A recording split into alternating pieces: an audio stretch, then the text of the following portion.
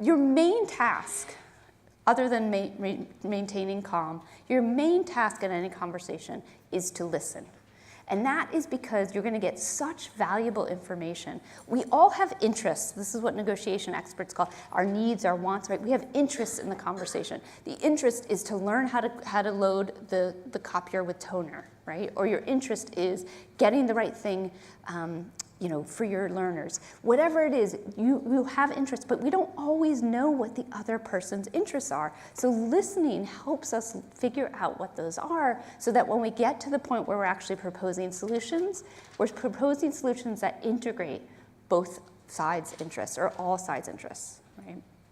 So listen, and that means asking open-ended questions, not I'm curious why you're being a jerk, but actual open-ended questions.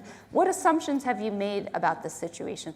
What have you been thinking about, in relation to this topic? Like real, genuine, open questions.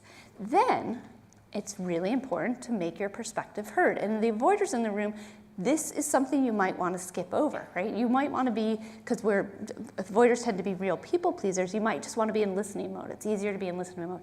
But you have to make your viewpoint heard. And oftentimes, you want to use language, a real signal to the other person that it's your turn to talk. So you might transition the conversation. You might say, I've heard you say X, Y, and Z. I'm ready to share my perspective. Are you ready to hear it? Right? Give them a signal, I'm about to share my perspective, because we all get in this sort of talky mode, and then we forget to listen. And we're often thinking about what's the next thing I want to say, not what is that person saying.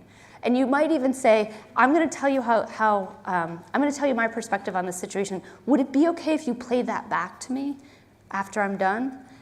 That, again, make sure they're like, oh, I have a task, I have to listen, right? Like, you want to set them up to help them be in a receptive mode so they can actually hear you.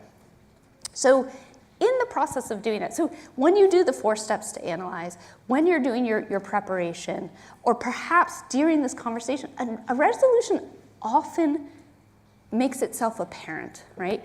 So many times these things happen, these conflicts, these disagreements, because of miscommunication or misunderstandings. So if you've done the work to understand the other person, if you both have sort of started the conversation of what are shared goals, sometimes a resolution sort of naturally evolves. Now, if it doesn't, how do you move toward a resolution?